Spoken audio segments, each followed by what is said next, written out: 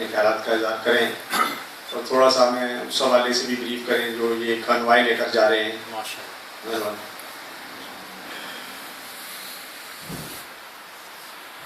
अस्सलाम वालेकुम। सबसे पहले तो भाई जाफर साहब आपको शुक्रिया कि आपने मुझे यहाँ दावत दी यहाँ आने के लिए। काफ़ी सालों से आपको ही देखकर हमने भी इंटरेस्ट लिया कश्मीर में। आपने जितना काम किया उतना शायद किसी ने नहीं किया होगा और काफ़ी बचपन से ही मैं देख रहा हूँ कि आप जो जिदोजहद कर रहे हैं कश्मीर के मसले में, अल्लाह ताला आपको और भी हिम्मत दे और लोगों को भी हिम्मत दे कि इस मसले पर वो हिस्सा लें।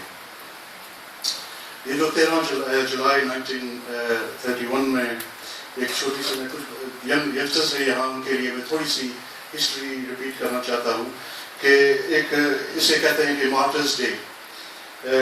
जस्ट लाइक मैं इंग्लिश में भी अगर उसकी बात करूँ अगर ठीक है तो मेरी उर्दू इतनी अच्छी नहीं है, माफ करना। So, just like Palestine, Kashmir is one of the greatest injustices left by the colonial and capitalist British. You know, इनके fingerprints इस issue पर भी हैं। जैसे पाकिस्तान को उन्होंने किसी और की ज़मीन दे दी, इसी तरह कश्मीर को भी जो है ये मसला जो है ना तभी शुरू हुआ था। लेकिन तब शुरू नहीं हुआ था, इससे पहले 1931 से ये तारीख शुरू हुई थी, जब the British sold Kashmir and its people for 7.5 million rupees, which is about £500,000 pounds today, to Maharaja Gulab Singh. It was the people and the land given to him away. Do what you want to him.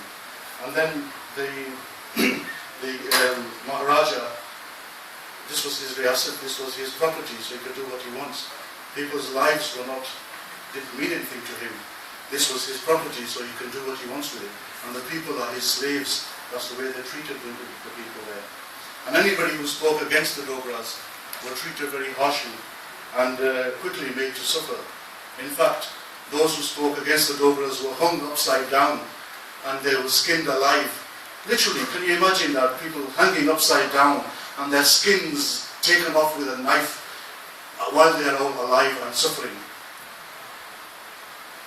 This is the kind of brutality that these people suffered upon the people of Kashmir. Mainly the Pandits, who were the Hindus, high caste, they were in charge of the whole area and they had all the control of all the services. And the Muslims ended up doing all the menial jobs, all the hard labor, menial jobs. The Muslims were there to do those jobs, while the Hindus were controlling the whole area. Well, on the 21st of June 1931, there was the start of a movement. And a young man, as some of you may have heard his name, Abdul Qadir, made an inspiring speech. And I will say that speech in Urdu. Abdul Qadir got up and said, Muslimano, ab waqt aa gaya hai ki Eid ka jawab patthar se diya jaye. Yadashein aur guzarashein se zulm aur sitam mein koi fark nahi aane aayega. इस राजमहल की तरफ बढ़ो और इसकी ईंट से ईंट बजा दो। यहाँ लोगों को जज्बात आया और लोगों ने मिलकर एक तारीख शुरू की। अब्दुल कदीर को अरेस्ट किया गया और उनको जेल में भी डाला गया और वहाँ 13 जुलाई 1931 सेंट्रल जेल के बाहर काफ़ी लोग इकट्ठे हो गए। Hundreds of people, thousands of people gathered to support him. And इसके दौरान अजान का वक्त भी हो गया और एक नौजवान खड़ा हुआ और उसने अजान दी और अजान शुरू भी की कि उसको गोली मार दी गई, उसको शहीद कर दिया गया। तो वहाँ एक और नौजवान खड़ा हो गया उसकी जगह और वहाँ से ही अजान शुरू की, उसको भी गोली मार दी गई। उसके बाद एक और खड़ा हुआ, उसको भी गोली मार दी गई।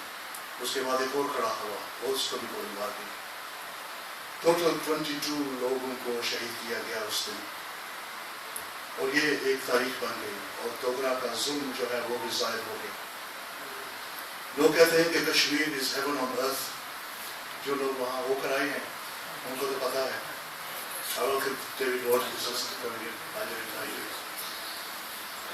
Kashmir is known as heaven on earth. It's a beautiful place, God's own country. But the history is full of pain and misery and oppression. First, it was the Mughals who came and ruled over them. Then the Afghans ruled. Then the Sikhs, and then finally the Dogras. But the lot of the Kashmiri people never improved. They suffered as they did from day one, and they keep on suffering even today.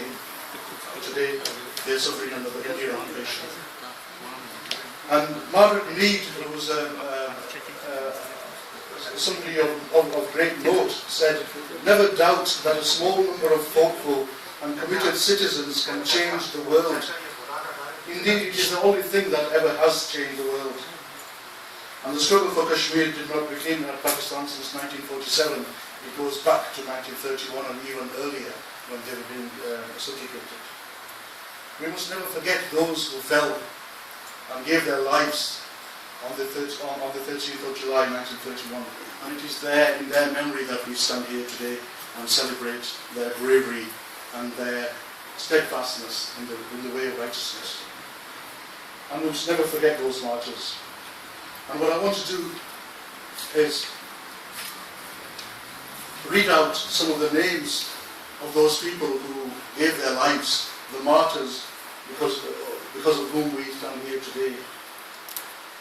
One of them, first, Khalid Shora, Akbar Dar, Ghulam Ahmad Rathore, Usman Miskar, Ghulam Ahmad Bhatt, Ghulam Muhammad Halwai, Ghulam Nabi Kanwar, Ghulam Ahmad Naqsh, Ghulam Rasul Dura, Amir Uddin Maki, Subhan Makai, Ghulam Ghadir Khan, Ramzan Chola, Ghulam Muhammad Sufi, Nasir Uddin, Amir Uddin Jangaru, Muhammad Subhan Khan, Muhammad Sultan Khan, Abdul Salam, Ghulam Muhammad Teli, Fakir Ali, Ghulam Ahmad Dar, Mughli, Abdullah,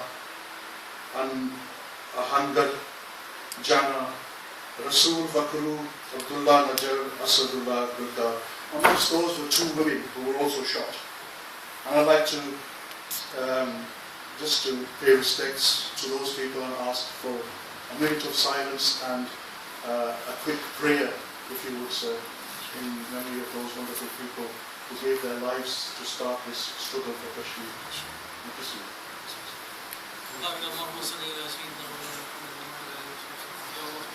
Bless the graves of all of martyrs of Kashmir and whoever suffered in this great cause. Ya Allah subhanahu wa ta'ala, help those all wherever they are struggling to get freedom, especially the people of Palestine, people of Kashmir. Ya Allah subhanahu wa ta'ala, bless them with freedom. Allah subhanahu wa ta'ala, save these territories from all kind of terrorist activities. Ya Allah subhanahu wa ta'ala, help the people of world to understand Islam properly and support these suffering nations. Sallallahu ta'ala khair khalqi Muhammadin wa alihi wa sahbihi ajma'in. Thank you very much. I'd like to just say that the sacrifices of those people who have given their lives, they're no longer alive, you know. They've given everything they had, their life's blood, everything they had, life. You cannot give anything more than that. They gave that in the way of this struggle. And it is not over, the struggle is still carrying on, and the suffering of the people of Kashmir is still carrying on. So what is it that we can do now? And I'd like to ask you to pay attention to what I'm about to say. We have, together with my colleague Mr. George Galloway and others who are in fact in this room, including Brother Najabat Hussain Sahab, we have announced that we will be taking a convoy of a mobile demonstration of people from the UK to Kashmir, or at least as near as we can get to Kashmir, to Srinagar. And we aim to set off, inshallah, end of September, maybe middle of October. And I invite you all to join up. If you haven't heard about it, you can catch up on the internet. If you go www.convoy to Kashmir or Convoy to Kashmir on Facebook or Convoy to Kashmir Twitter account, then you'll get further information. And I'd like to invite you all to join the convoy as one people of all religions, of all cultures, of all castes, of all creeds. People of no religion even will join. And we would like to invite you all to come and join this convoy of ordinary people in a struggle, continuous struggle from that day to this day. We want to continue the awareness that we will create. We will go through France, Germany, Italy, Turkey, Iran, Pakistan, and hopefully into occupied India. And I would like to invite all of you to join this convoy, this humanitarian convoy, this mobile demonstration of people to raise awareness about the atrocities that are still occurring to this day in Kashmir. The rapes are still carrying on, the disappearances are still carrying on, and the murders are still carrying on, and these are at the hands of the occupied forces. And I urge you all to please be involved in that. Thank you very much, sir, for inviting us here to be part of this.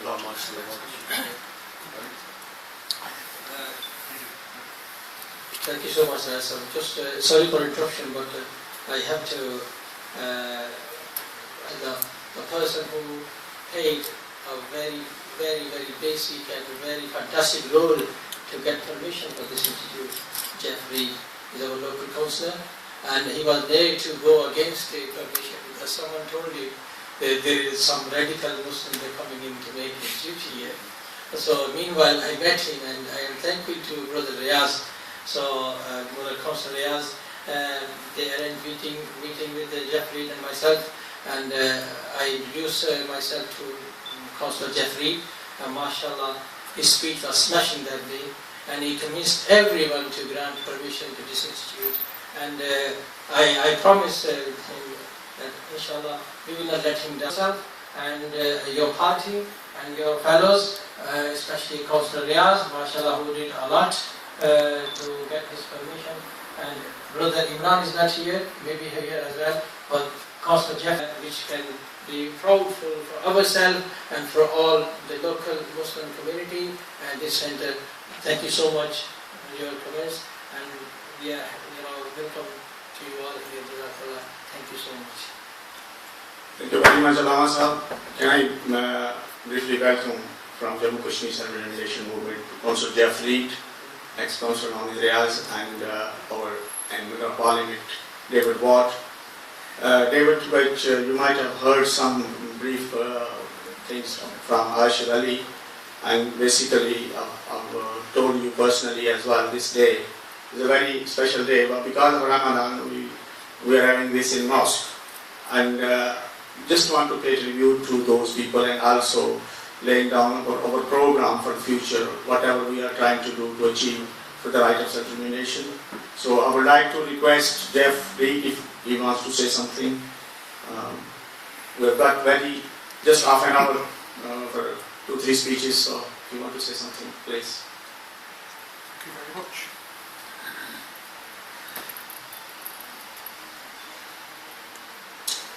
Thank you. It's very gracious of you to give me a few minutes to speak to you in this kind of context on an important occasion.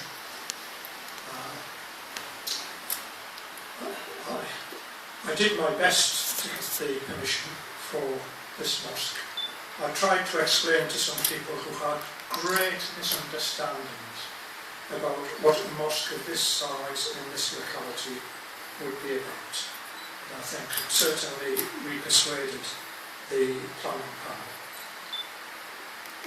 We may have to persuade some people round about us here in Fagli, and I hope they will get used to the idea of the mosque being here. They will see it as a positive force, and they will see, as I see, that the growing Muslim population of Fagli is a positive benefit to the area, especially to Fagli Estate. I can see it already happening when people get involved in local neighbourhood meetings, when they say to me, we think this place should be much cleaner than it is, we think people should be living together better than they are. Within your faith, you have a sound basis for saying that. I am a Methodist minister, as some of you know. I shall be taking a service to my minister there. In the afternoon, I will be going to Bradford Cathedral to welcome the new dean of the cathedral. And there will be representatives of other faiths there, because we've learned a lot in Bradford over the years, and we've learned the way that faiths can support one another. We've seen the ways in which the abuse of religion in whatever quarter can do us all a lot of harm. It can give religion a bad name, and we have to demonstrate the alternative, that religion is part of the solution to our problems. not simply the cause of distress. And I think that is something which I share with you here. I have had some, well, in person really, I think some people have not realised in recent days that the weather is very hot. and therefore, in a place like this, you have to let fresh air in. I think some have been distressed about the level of noise as they perceive it. And I've said to them, I'm sure I can get the right message to my friends in the mosque. I'm sure they will not let me down. And so I say that to you.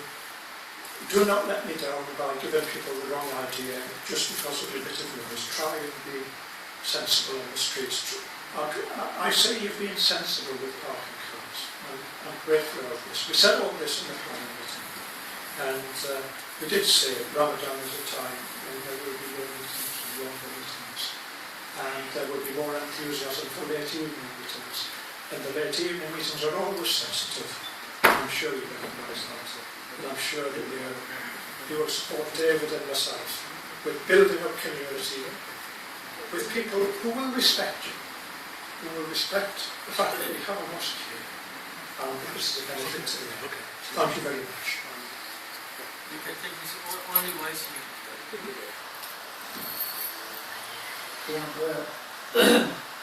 Mullah Sahib, Councillor and Honourable Member of Parliament.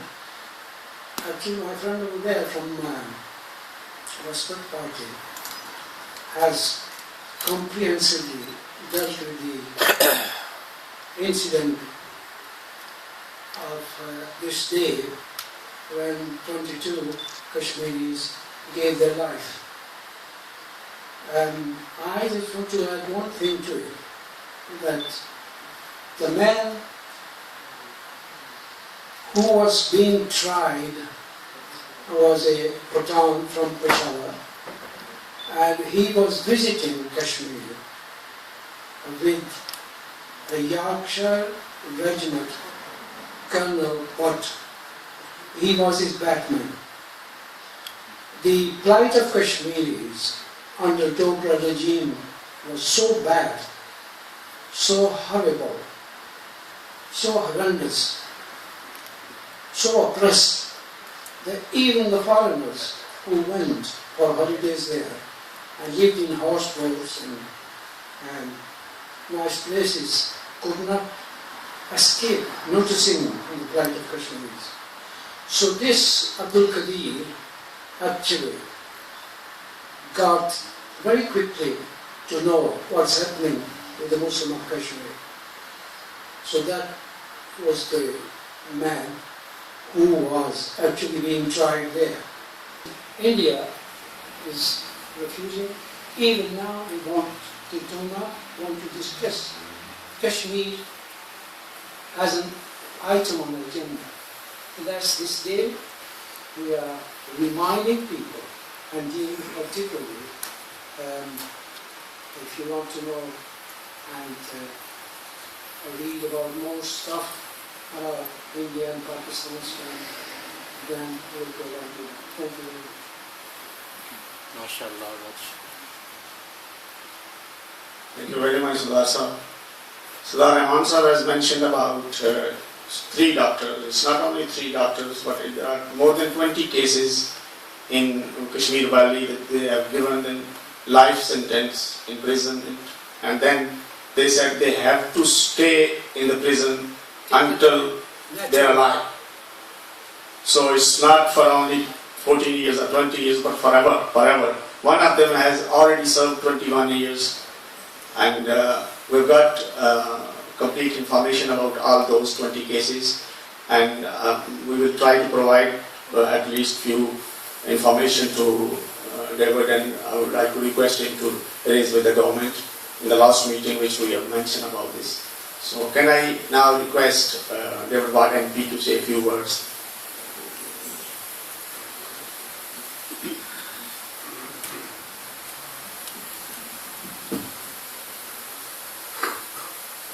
Well, first of all, thank you very much for inviting me here tonight. Say a been to a number of new mosques that have formed. My son is actually a carpet fitter. I just wish you could get the contract for all these new... Too late now. It's too late, I'm afraid. But you do you a good price next time when you want it renewing, I must say. Well, where to start, really? I think, first of all, you know, being a Liberal is probably the most hardest job in British, but you don't join the Liberals or Liberal Democrat. It's not a career move. Well, it hasn't been in the past anyway, and it's certainly not proved to be for me, I must say. Although for some of my colleagues it's been quite successful in the last 3 years, but you certainly don't join the party. It's a bit like a religion, I suppose, really, in that it requires a basic set of values and beliefs.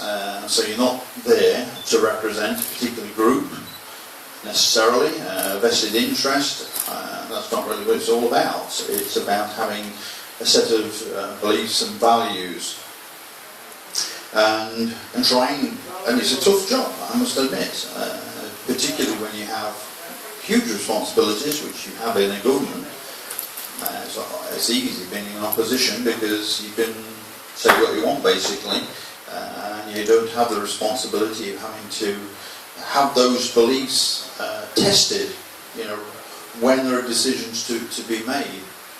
So it's a tough. I'm not asking for sympathy, by the way. It's nobody put a gun to my head. No one forced me to do it. It's a position that I chose after thinking seriously many years ago about the direction I wanted to be.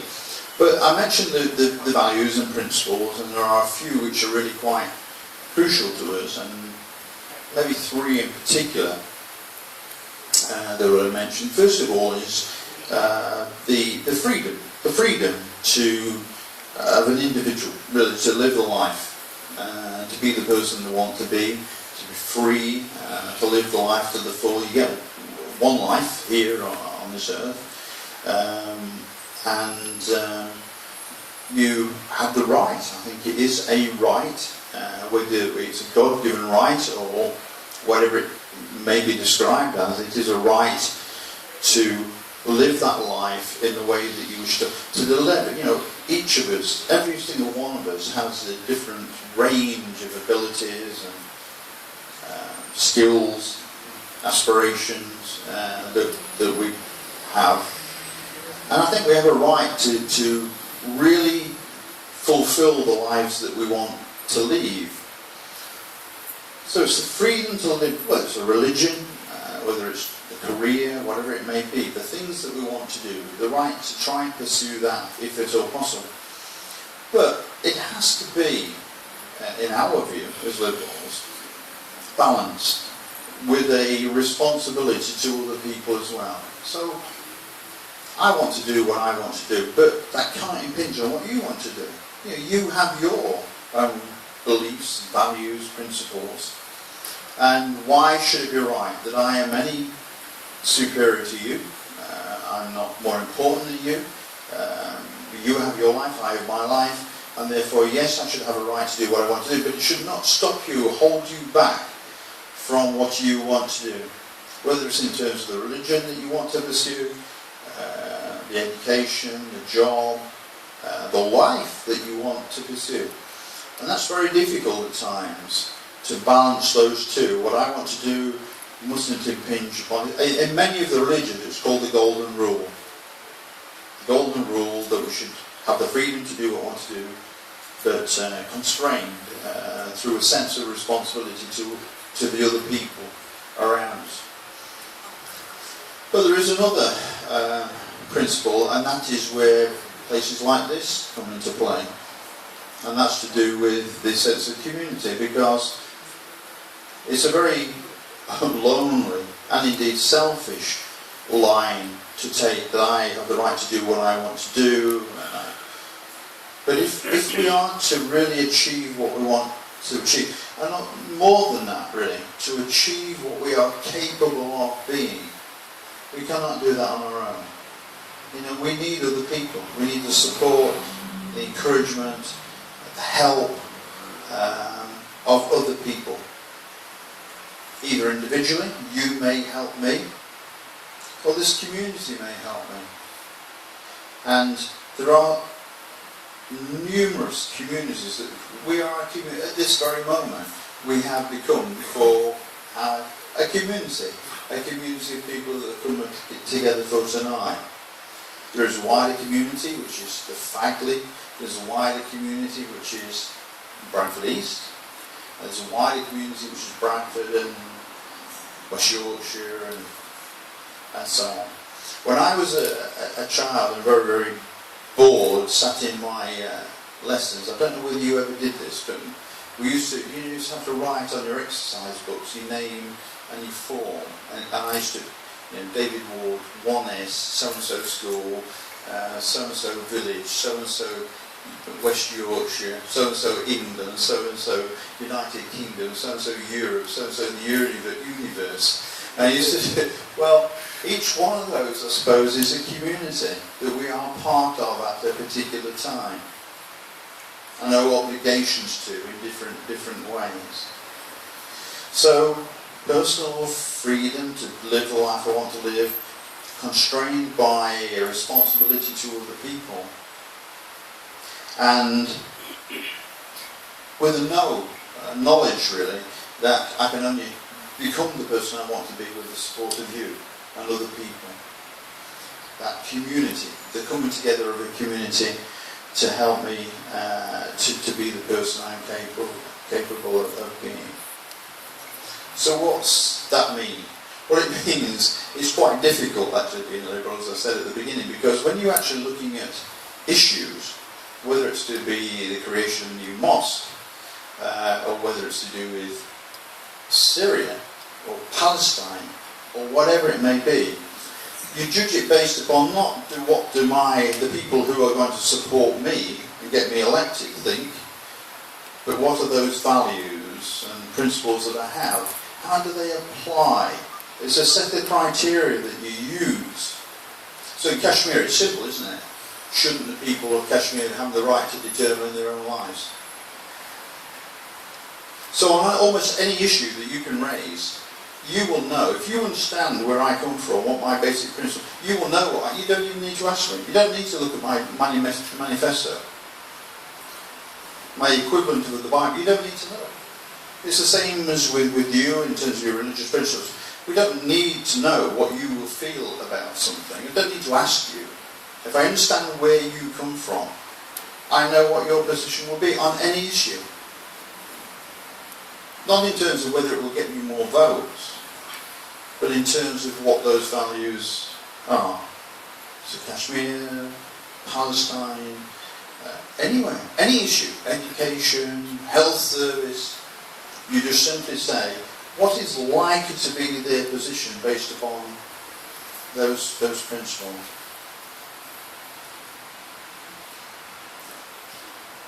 I was in a school yesterday. The big passion I have in life is education, because education, you know what I said about where we start from, our position that people should be allowed to live. How can you do that? How can you become the person that you're capable of being without education? You know, of all of the things that we develop and grow through, what's more important than education? The learning of more than we know. What is education? The learning of more than we know. And the more that we learn of what we don't know, the more we become bigger. As individuals, we become bigger than we are. You never learn less, do you? Have more experiences, because each time you may learn to not do something. I shouldn't do that again. But it's still been an experience which has made you as an individual bigger than you were before. You never learn less. You never go back. So what you always need to do is looking for new experiences, to learn more, to be more than I am, to gain more, to do more, to learn more. I was in the school yesterday, St. Joseph's. I'm not a religious person. But I was in St. Joseph's Catholic Primary in Little Horton, Stirling. And they have in that school a wonderful collection of young children who have 33 different languages as first languages. Fantastic. Now, if you are, I don't know, hard of Tory right, that would be awful, really, because this is something that's coming into this country and it's making it difficult for us. I just think that is absolutely fantastic. Within one single school to have 33 different languages. Tell me the one thing that's wrong with the world. No, I'll tell you, because I've got the microphone. People not getting on with each other. Isn't it, really? At the end of the day, you can have all sorts of dialectical conversations. What's wrong with the world is people not getting on with each other. People who are different, from different backgrounds, different religions, different educational experiences, different economic backgrounds. The problem with the world is people from different backgrounds not getting on with each other. And do you know what? In that school, there are young children up to the age of 11, it's a primary school. There is not one single Islamic extremist. There is not one single far-right white racist. There's not one single suicide bomber. So what goes wrong after that? They are living together in peaceful harmony. And where is this thing about adults teaching children? Isn't there something we can learn from the children? Because they just see other people who are kids like themselves. And they may be a different colour, they may have a different religion, they may have a different language. But they're just like me. They're just kids like me. And we need sometimes to learn from our children rather than think that we need to teach our children. Because you know what children have to teach us is that we all actually are part of one human race. And we have differences. But what unites us, what brings us together, what should bring us together is far more important than what divides us. David, can I just say, it's all very interesting, but what has this got to do with Kashmir? Right? I mean, you're an MP, and we'd like to hear from you what you could do to help the situation. It's gone on for decades. People are dying and being raped and disappeared every day there. And I was personally hoping that you would give us some kind of leadership there and tell us what you as an MP, how you can use your voice as an MP in Parliament to take this agenda forward. Yes, I can do all that, Arshad. And today I met a group of people. There's been a murder in Rawalpindi recently, yes, I'm dealing with that case. I'm going to see the Minister on Monday. I will do an EDM on that, about the terrible murder. I can do all of that, Arshad. But the world starts here. Kashmir and the problems in Kashmir have been there, as you know, for 60 years now. And I'm going to Kashmir. I will do my best. I need to be in the Indian part of Kashmir. We're not going to solve this by yet again going back to the places we've all been before. But what we've got to do is start here with us and how we do things in our own world. We will do the stuff that we would do, we'd try to do as politicians. I could come in here tonight and do a rabble-rousing speech, couldn't I? I'm going to Kashmir, I'm going to Kashmir. If I don't go to Kashmir, I'll be criticised. I'm not going to Kashmir. Will I go to Kashmir and change? Hand up if you think I'll go to Kashmir and change the situation in Kashmir.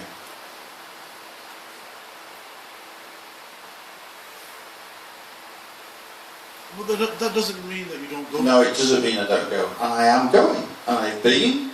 And I will go again. And we need to do that. We need to do that for more than anything else for the people who are in Kashmir, who need to know they are not forgotten, to know that people here, thousands of miles away, are thinking about them. But we also need to do things here. And it's no use for me coming along and saying the same things that everybody else says. I am on this platform in front of people day in, day out. What is the point of me coming along and saying the same things that everybody else says?